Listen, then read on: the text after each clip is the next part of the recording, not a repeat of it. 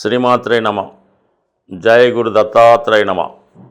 ఈ వీడియోలో మనం సింహరాశి వారికి జూలై 1వ తారీఖు నుంచి 15వ తారీఖు మధ్యలో జరగబోయే పక్ష ఫలితాలు పరిశీలిద్దాం. మరి సింహరాశి వారికి ఈ రాబోయే 15 రోజులు కూడా ఒక అద్భుతమైనటువంటి అఖండ యోగం ఒకటి ఏర్పడడం జరిగింది. మరి లాభస్థానంలో రాస్యాధిపతి రవి సంచరిస్తూ గురుగ్రహంతో కలయడం జరిగింది. ఇది జాతకుడు యొక్క పూర్వ జన్మ ఫలితాన్ని ఈ జన్మలో ఫలించే విధంగా ఈ గ్రహస్థితి సుమారుగా రాబోయే 15 రోజుల వరకు ఉంటుంది. ఈ కారణం వల్ల ఎస్పెషల్లీ మీకు మీ సంతానానికి కంపల్సరిగా ఒక గౌరవప్రదమైన హోదా లభించే అవకాశం ఉంది. అంటే మీరు దేని కొరకైతే ప్రయత్నం చేస్తున్నారో ఆ ప్రయత్నం మీకు ఫలిస్తుంది. చాలా కాలంగా మీరు చేస్తున్నటువంటి ప్రయత్నం అవనండి, అది వివాహ ప్రయత్నమా, సంతానం కొరక, ఏదైనా ఉద్యోగం కొరక, లేదన్నా ఒక ప్రభుత్వ పదవి కొరక అన్నది మీ యొక్క ప్రయత్నం బట్టి మీ యొక్క స్థాయిని బట్టి ఉంటుంది. బట్ అటువంటి ప్రయత్నం మీకు ఈ సమయంలో నెరవేరే అవకాశం ఉన్నది. అలాగే ముఖ్యంగా మీ సంతానం యొక్క అభివృద్ధి, వారికి ఏదైతే ప్రయత్నం చేస్తున్నారో వారు ఎక్కడ ఉన్నా వారికి ఉపాధి అవకాశాలు కానీ, లేదంటే వారు దేనికి ప్రయత్నం చేస్తున్నారో ఆ ఫలితం కూడా ఒక విధంగా ఈ రాశి వారికి లభించే అవకాశం ఉంది. మీ యొక్క ఆత్మ సంతృప్తి కలిగే విధంగా, అలాగే మీకు గౌరవప్రదం ఉండే విధంగా కంపల్సరీగా లభిస్తుంది. అటు సూర్యభగవానుని ఆశీస్సులు, అలాగే ఆ విష్ణుమూర్తి ఆశీస్సులు కూడా మీకు లభించడం వల్ల సంపూర్ణంగా మీకు విజయ అవకాశాలు రావడం జరుగుతుంది. అంటే ఈ ఒక్క యోగం ఉంటే సరిపోదు, కానీ దానికి అదనంగా రాశి అందే కుజగ్రహ సంచారం. కుజుడు ఈ రాశి వారికి యోగకారకుడు. అటువంటి కుజుడు రాశి అందు సంచరిస్తున్నాడు. అంటే భాగ్యాధిపతిగా ఉండడం వల్ల మీ యొక్క పుణ్య ఫలితం లభిస్తుంది. మంచి కార్యక్రమాలు తలపెట్టాలని మీ ఆసక్తి నెరవేరుతుంది. కుజుడు రాశిలో ఉన్నప్పుడు అసలు రియల్ ఎస్టేట్ వ్యాపారం చేస్తున్న వారికి కానీ, అలాగే ఏదైనా డిపార్ట్మెంట్లో ఉద్యోగం చేస్తున్న వారికి కానీ, అంటే ఏదైనా యూనిఫారం వేసుకొని అటు ఎక్సైజా, పోలీసా ఆ డిపార్ట్మెంట్ వారికి ఖచ్చితంగా అనుకూలత ఏర్పడుతుంది. అక్కడ కేతుగ్రహంతో కలిసి ఉండడం వల్ల మీ యొక్క కృషికి ఏదో విధమైనటువంటి బహుమతి కానీ, ఒక విధమైనటువంటి గుర్తింపు కానీ, కీర్తి కానీ రావడం జరుగుతూ ఉంటుంది. సో ఈ విధంగా కుజుడు ఈ రాశి యందు అత్యంత బలవంతుడై ఉంటాడు. ఒకటి మిత్రరాశి అవ్వటం, అగ్నితత్వ రాశిగా ఒక అగ్నితత్వ గ్రహంలో ఉండడం, అలాగే అక్కడ కేతుగ్రహం కూడా కలియడం వల్ల ఒక పవర్ఫుల్ అక్కడ జనరేట్ అవ్వడం జరిగింది సింహరాశిలో. అందుకని వీళ్ళు చాలా ఎమోషనల్గా, చాలా కోపంగా, ఏదైనా ఒక అన్యాయం జరిగినప్పుడు విశేషంగా స్పందించే విధంగా ఈ సమయంలో ఉండే అవకాశం ఉంది. అంటే దీని కారణం వల్ల ఏంటంటే మీ యొక్క ఎమోషన్స్ వల్ల అతిగా ప్రవర్తించడం వల్ల కొన్ని ఇబ్బందులు కూడా వచ్చే అవకాశం ఉంటాయి. కాబట్టి చాలా వరకు ఏదైనా ఒక పని వచ్చినప్పుడు, ఒక అవకాశం వచ్చినప్పుడు నిదానంగా ఆలోచిస్తే 100% మీకు ఆ ప్రయత్నించే కార్యం తప్పకుండా నెరవేరుతూ ఉంటుంది. ఎందుకంటే లాభస్థానంలో ఉన్నటువంటి రవి అవనివ్వండి, గురువు అవనివ్వండి, మీకు సంపూర్ణంగా పూర్తిగా అండదండలుగా ఉండడం జరుగుతుంది. ఎంత గొప్ప కార్యక్రమంలో మీరున్నా, ఎంత పెద్ద విషయంలో మీరు చికాకు పడుతున్నా, ఇరుక్కున్నా, అది సాధించలేకపోతున్నా సమయానికి ఎవరో ఒకరు మీకు సహకరించి మీ యొక్క ఇబ్బంది నుంచి కానీ, మీ ప్రయత్నం నుంచి కానీ బయట పడవేయడం జరుగుతూ ఉంటుంది.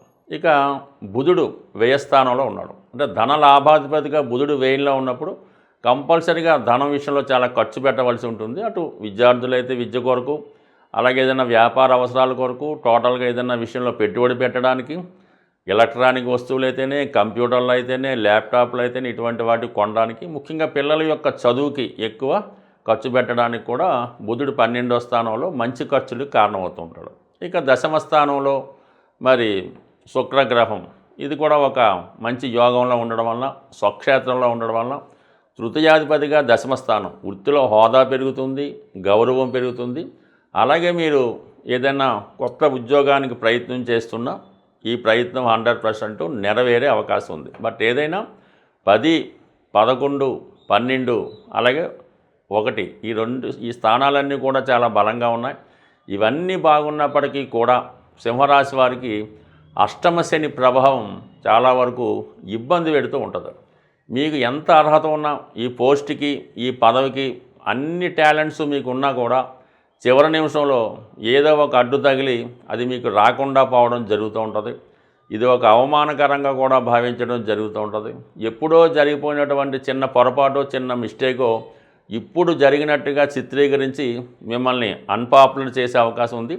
కొన్ని సందర్భాల్లో పోటీ నుంచి తప్పుకునే విధంగా కూడా అటువంటి కుట్రలు మీ చుట్టూ జరుగుతూ ఉంటాయి. అంటే రాహు కూడా సప్తమ స్థానంలో ఉండడం వల్ల ఎవరినైతే మీరు బాగా విశ్వసించి వీరు ఖచ్చితంగా మనకు ఉపయోగపడతారు, మన జీవితానికి సహకరిస్తారని ఎవరినైతే అనుకుంటారో వారు సడన్గా ఇతరులతో చేతులు కలిపి వారి యొక్క స్వలాభం కోసం మిమ్మల్ని బలి చేసే అవకాశం కూడా ఈ సమయంలో మనకి కనబడుతూ ఉంటుంది. సో ఏదైనా మనం గురుబలం ఉన్నప్పటికీ రవి బలం ఉన్నప్పుడు కూడా పాపగ్రహాలు ప్రతికూల స్థితిలో ఉండడం వలన ఏదైనా చాలా అప్రమత్తంగా మీరు వ్యవహరించవలసి ఉంటుంది.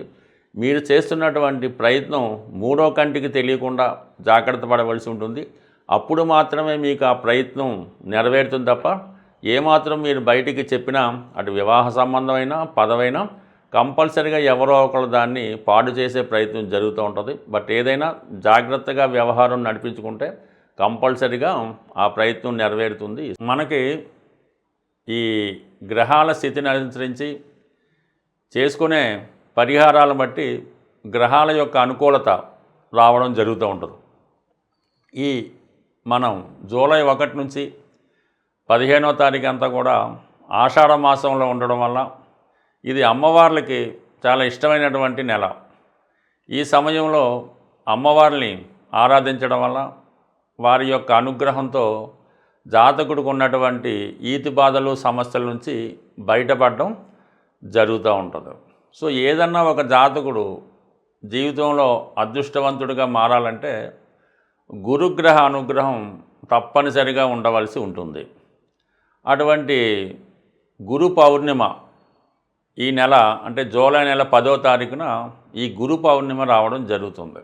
అందువలన ఆ రోజు మీకు ఇష్టమైనటువంటి గురువుని అంటే ఎవరైతే మీకు విద్య నేర్పారో ఎవరైతే మీ జీవిత అభివృద్ధికి తోడ్పడ్డారో వారిని కంపల్సరీగా సత్కరించవలసి ఉంటుంది. అంటే వాళ్ళకి ఏదైతే ఇష్టమో అవి ఇవ్వటం, వీలైతే వాళ్ళకి బట్టలు లాంటివి సమకూర్చి వారి యొక్క పాదాలకు నమస్కరించి వారి యొక్క ఆశీస్సులు తీసుకోవడం వల్ల గురుగ్రహ అనుగ్రహం సంపూర్ణంగా మీకు లభించడం వల్ల ఎటువంటి సమస్య అయినా మీకు సాల్వ్ అవడం జరుగుతూ ఉంటుంది.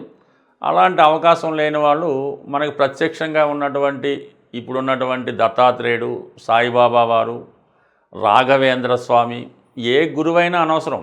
అటువంటి గురువుని మీరు ఈ నెలలో ఎస్పెషల్లీ గురు పౌర్ణిమ నాడు సేవించడం వలన మీకు గురుగ్రహ అనుగ్రహంతో జాతకంలో ఉన్నటువంటి సమస్యలు తొలగి చాలా సక్సెస్ఫుల్గా ముందుకెళ్ళే అవకాశం ఉన్నది.